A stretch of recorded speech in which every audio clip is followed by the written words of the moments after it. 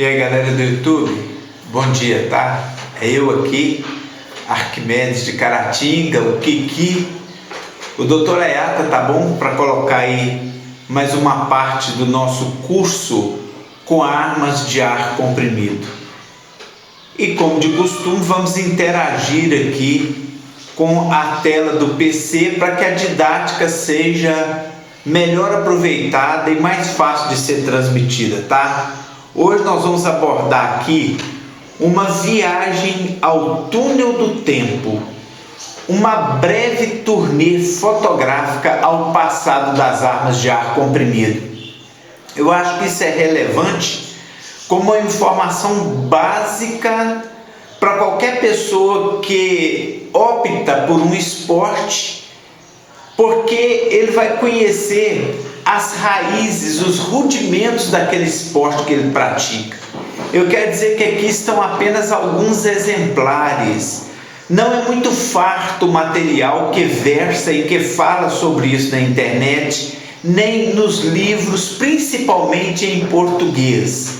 Então, eu selecionei algumas coisas que formam uma linha histórica das armas de ar comprimido, para que vocês possam ter um contato com aquilo que está lá no nosso passado, que são os rudimentos do esporte que nós praticamos. É claro que há pessoas que possam dispor de materiais mais ricos, alguns que não estão aqui, mas é uma seleção pessoal que eu quero apresentar a vocês. Então vamos aqui dar andamento, tá? A primeira coisa que nós precisamos entender que ainda não foi possível precisar a origem, datar a origem das armas de ar comprimido. Há autores que falam autores que falam outras coisas, mas é de senso comum e foi publicado no livro de Eldon Wolff. O livro chama Armas de Ar Comprimido, publicado em 1995, alguns dizem que foi em 1965, a data da publicação do livro não nos importa muito, mas importa as informações que estão nele, que dão conta de que vários documentos antigos datam o aparecimento das armas de ar entre os anos de 1474 e 1608. Então diverge um pouquinho se foi realmente por volta de 1474 ou se foi em 1608 ou se foi nesse intervalo de tempo, mas fato é que nesse período de tempo começam a surgir informações de que armas de ar comprimido entram e se efetivam como uma arma e como um elemento esportivo nas mãos da humanidade, uma vez que até então se falava muito de balestras ou de bestas, como alguns chamam, e começa então a entrar também as armas de ar comprimido. O provável local do aparecimento delas, foi Nuremberg, na Alemanha. E os nomes que são mencionados, vinculados a esse aparecimento, foi o de Guter e de Lobsinger, homens que já trabalhavam com técnicas que envolviam molas, que envolviam compressão de ar e que adequaram essas técnicas à expulsão de projéteis, tornando então esses objetos que eles usavam, que depois vieram a ser as nossas carabinas de ar, como armas que eram capazes de impulsionar um projétil usando ar comprimido mecânico, porque o ar comprimido do pulmão já se usava através da zarabatana, do fogo grego, mas de forma mecânica foi então associado ao surgimento das armas aos nomes de Guter e Lobsinger.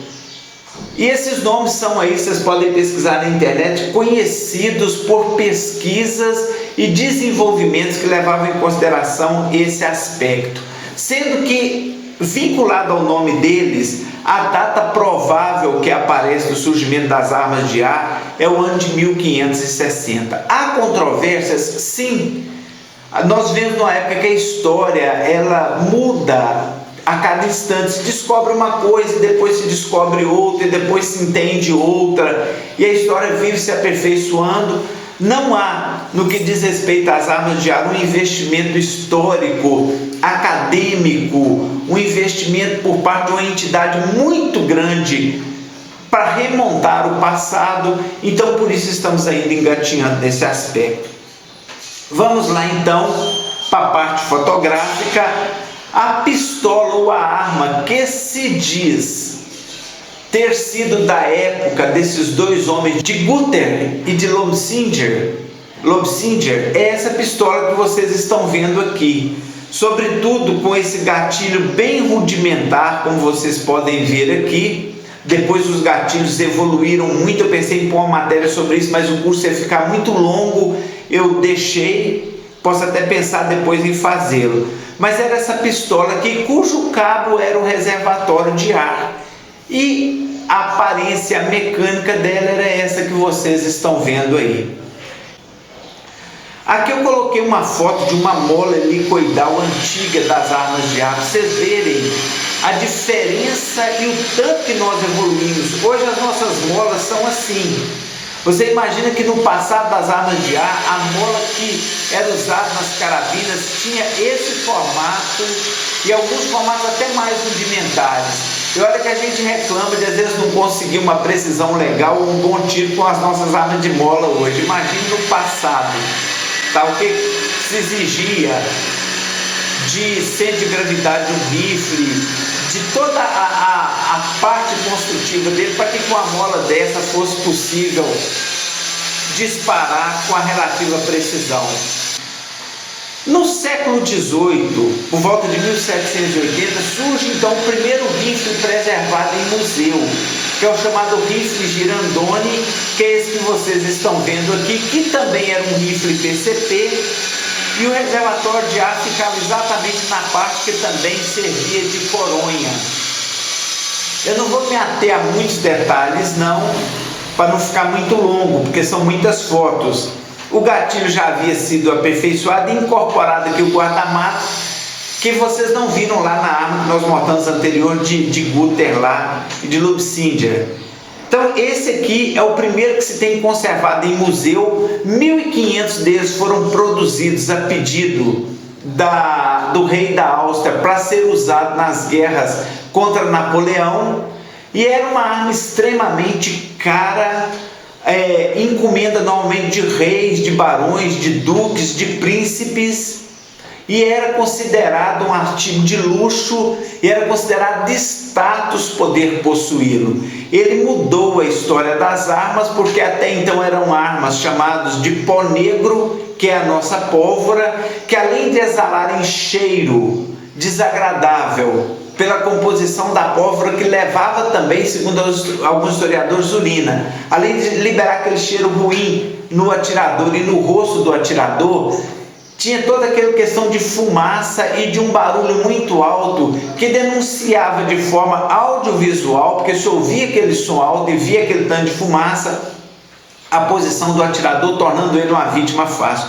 Vem então o rifle Girandoni, usado em guerra, com muito sucesso, embora já devo ter dito, mas vou só reiterar aqui, Napoleão oferecia prêmios extraordinários para quem conseguisse capturar alguém que estivesse usando um atirador que usasse um Girandoni. E o atirador, uma vez que fosse pego com um Girandoni na mão, ele era sentenciado à morte automaticamente, tamanho terror que esse rifle instaurou lá no passado. Veio depois dele, nós estamos falando de uma sequência histórica, falamos aqui em 1780, vamos aqui falar agora em 1720, quando Kunitomo Kansai, um japonês, empregando técnicas de Rangaku ou Rangaku, que é uma técnica que na verdade os japoneses usam para dizer que não foi eu que inventei, eu conheci alguém que tinha inventado algo parecido e eu aperfeiçoei ou melhorei determinados aspectos. Então Kunitomo Kansai, conhecendo já possivelmente o rifle Girandoni, ele produz esse outro rifle de ar comprimido aqui, todo todo elaborado, fez esse gatilho aqui, inclusive com posição para dedo, para falange distal, como vocês veem, e ele então produz esse rifle, sobretudo baseado em modelos que estavam em circulação na Holanda na época. Então vem aí o segundo rifle, numa sequência que eu pude selecionar aqui, tá? Isso aqui é mais uma foto de uma réplica de um que se pensava ter sido o primeiro, que depois ele veio aperfeiçoar para ser aquele da foto anterior, tá?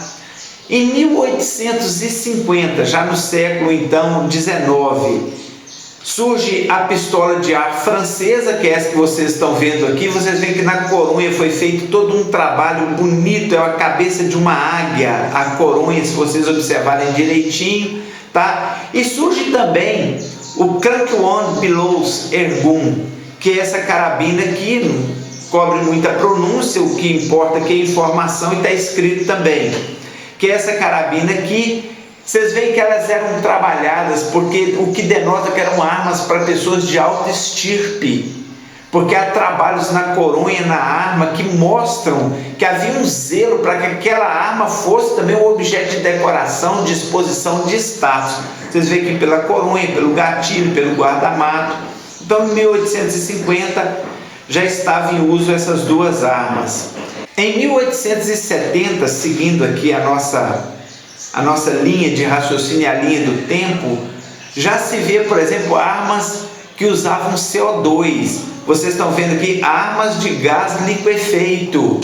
Então o CO2 também, as armas de CO2 são também antigas, não são armas de ar comprimido, mas eu achei interessante, são de gás comprimido, eu achei interessante colocar aqui. Então em 1870 já tinha aqui um anúncio de que eles estavam aperfeiçoando as armas de ar, tentando usar o gás liquefeito, hoje nós chamamos de CO2.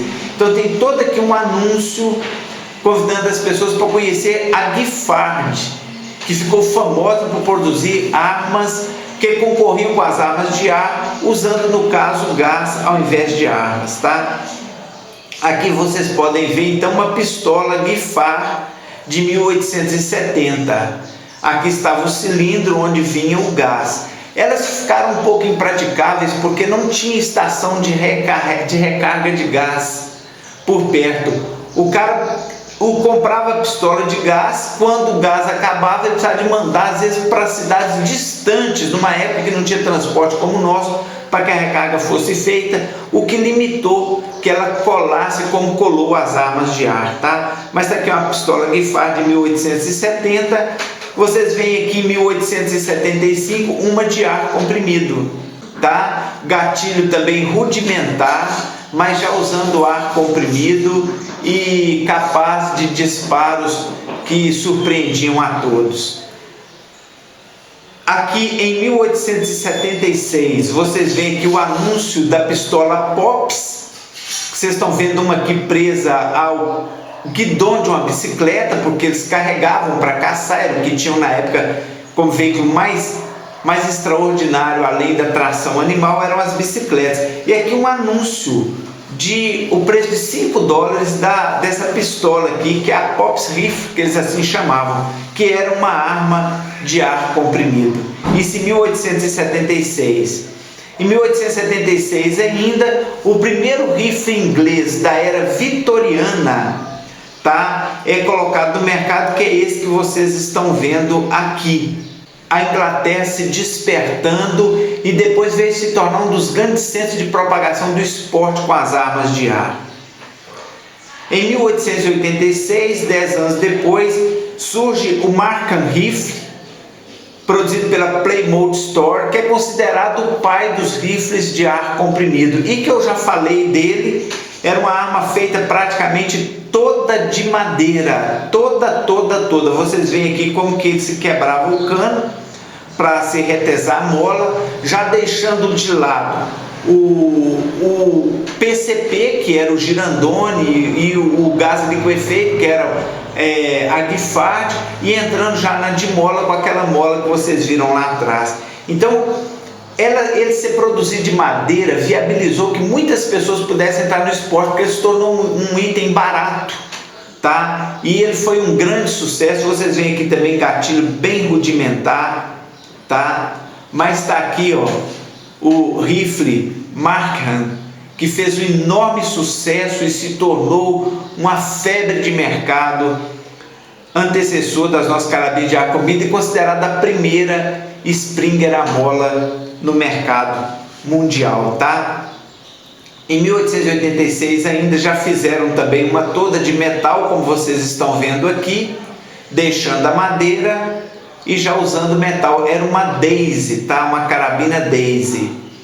Em 1890 surge aqui esse Mark Genka E, que é essa pistola aqui, usando ar comprimido também, o gatilho, essa haste debaixo do gatilho que era escamoteável, e surge a carabina Giffard. Primeiro surge a pistola CO2 ou de gás liquefeito, e depois em 1890 já surge então na versão carabina, tá? Que era essa Giffard aqui de baixo.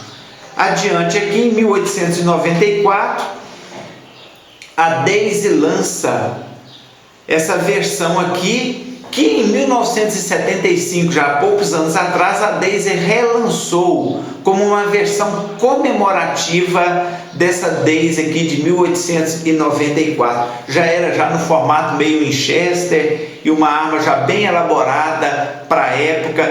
Vocês podem ver que em poucos anos a engenharia das armas melhorava rapidamente e eles conseguiam acoplar inovações extraordinárias já para aquela época no formato e no funcionamento. Em 1900 está aqui o Bellows de Foley, assim chamado, tá? Que foi chamado de zarabatana mecânica, porque, como eu falei, a zarabatana mesmo, ela funciona com o ar do pulmão do ser humano, e de forma mecânica em 1900 eles lançam essa arma, até com um cano bem comprido, vocês podem ver aqui, porque na verdade eles disseram o seguinte: nós vamos pegar uma zarabatana, pôr um cabo nela e um fole mecânico, para não ser preciso do sopro, e vamos torná-la arma, e se tornou um grande sucesso também.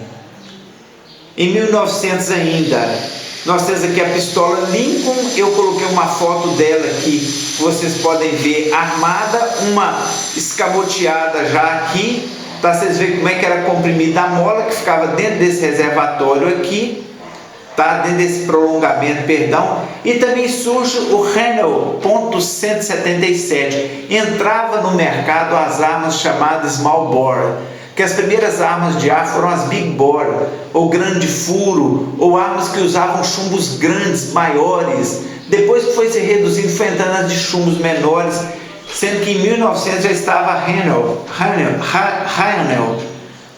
calibre 4,5 no mercado, tá? Adiante aqui, ainda em 1900, temos a Giffard, que entra também no ramo de ar comprimido. Ela começou com gás liquefeito, com CO2, mas ela parte também para a arma de ar comprimido. E vocês veem aqui, ó, tinha uma manivela para você retesar a mola, tá? Aqui acompanhando o mouse aqui, vocês podem ver que era encaixado aqui. Aqui vocês veem ela já encaixada, e mediante o giro a mola era contraída, o cano era quebrado de lado, como vocês estão vendo aqui, o chumbinho era colocado e o disparo era feito, e essa arma fez muito sucesso nos anos de 1900, tá? Em 1900 ainda é lançado no mercado a Bugelspanner, que é esse rifle bonito, elaborado, com um sistema de mira que já usava dioptria. Vocês estão vendo aqui o dióptro, que é aquele mecanismo que hoje a gente vê nas armas de competição olímpica. Já estava aqui nele, melhorando inclusive muito a precisão das armas de ar. Vocês veem aqui que era uma arma bem elaborada, bonita, cano grande, buscando precisão. Em 1904 vem então o Footmaker, que é essa pistola aqui. Vocês veem aqui a haste de bascular. Essa aqui na foto se puxava assim, ó, para comprimir a mola, tá? E era cano fixo já. Essa maravilha que aqui está.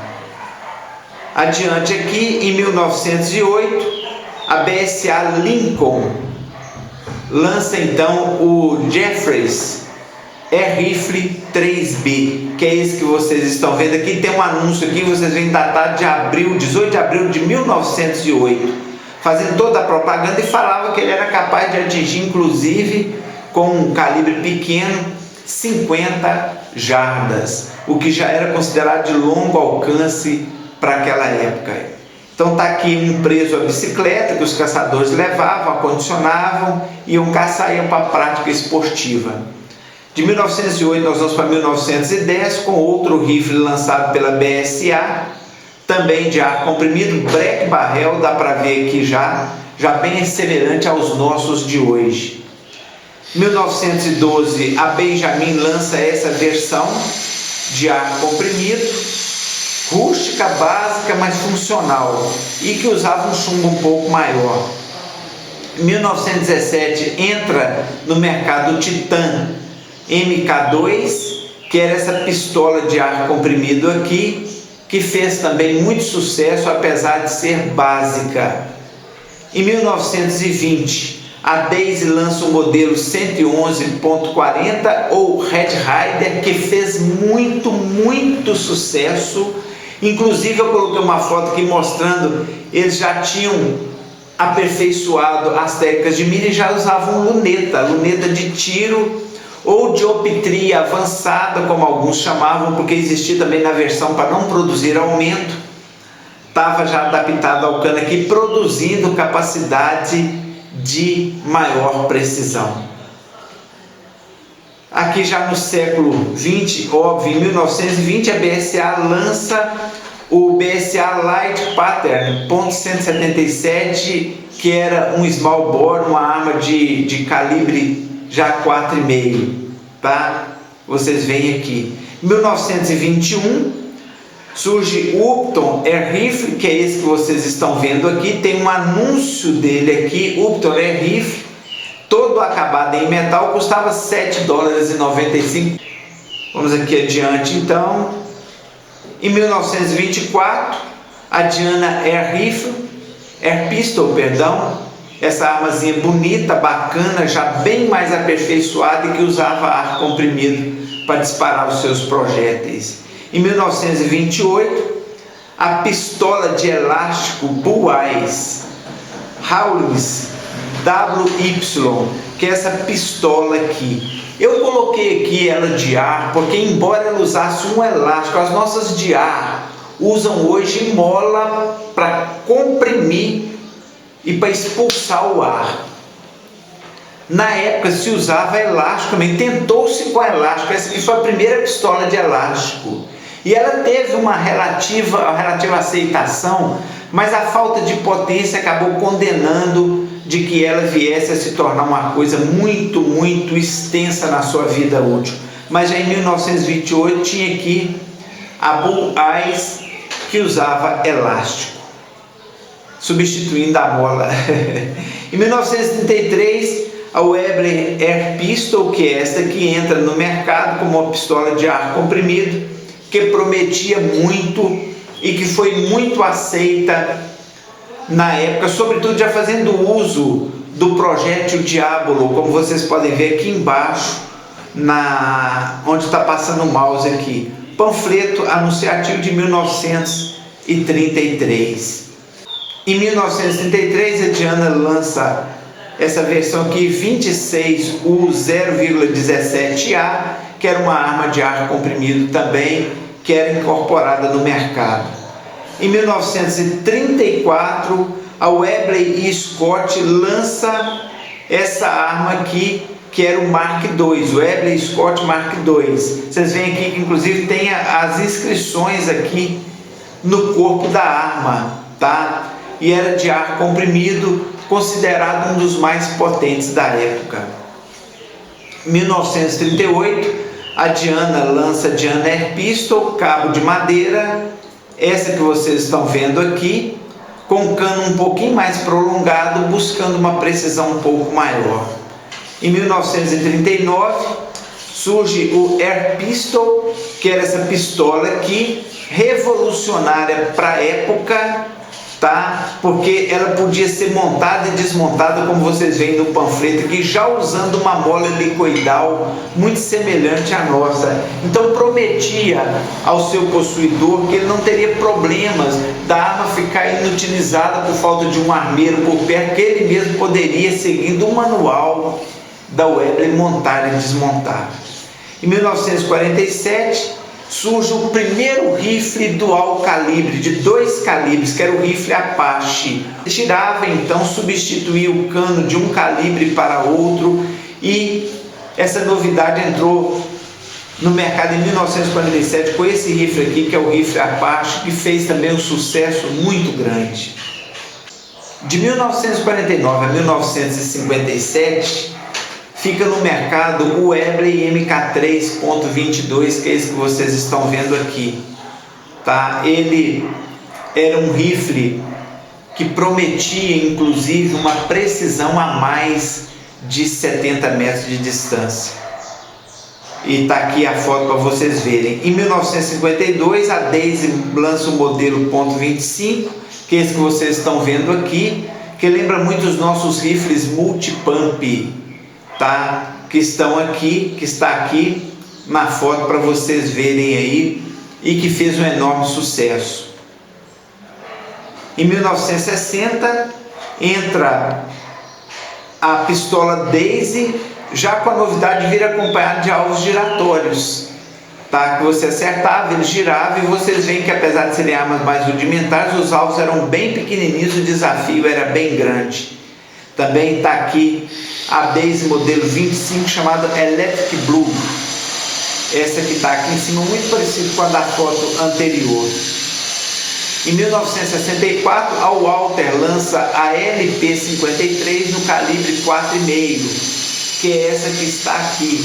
Uma pistola arrojada, bonita, e que fez também o seu sucesso, teve os seus momentos de fama. Em 1970, a Plaisman CO2 entra no mercado, tá? Com essa pistola aqui, Helltrace, que já usava esse sistema de colocar o CO2, o cilindrozinho de CO2 aqui dentro do próprio cabo, do pistol grip ou do grip da pistola, tá? Fez um sucesso tremendo também. 1980 a 1990 nós temos a Oklahoma 4,5, que vocês veem que uma foto sobre a caixa e outra com o cano já quebrado, para que se tenha uma noção como que era. Algumas curiosidades, daí para lá, eu nem falei, eu parei aqui em 1990, porque daí para lá dispensa falar, porque é tudo que está na nossa mão hoje aí. Eu coloquei isso só para que você tenha uma noção do que foram os modelos, os formatos, os projetos, de como eles evoluíram até chegar nas nossas mãos hoje, no ponto que nós estamos. Acho relevante para quem quer conhecer e, vamos dizer assim, fazer um curso de armas que conheça um pouco do passado, ok? Gostou? Dá um joinha no canal. Até o próximo vídeo. Valeu!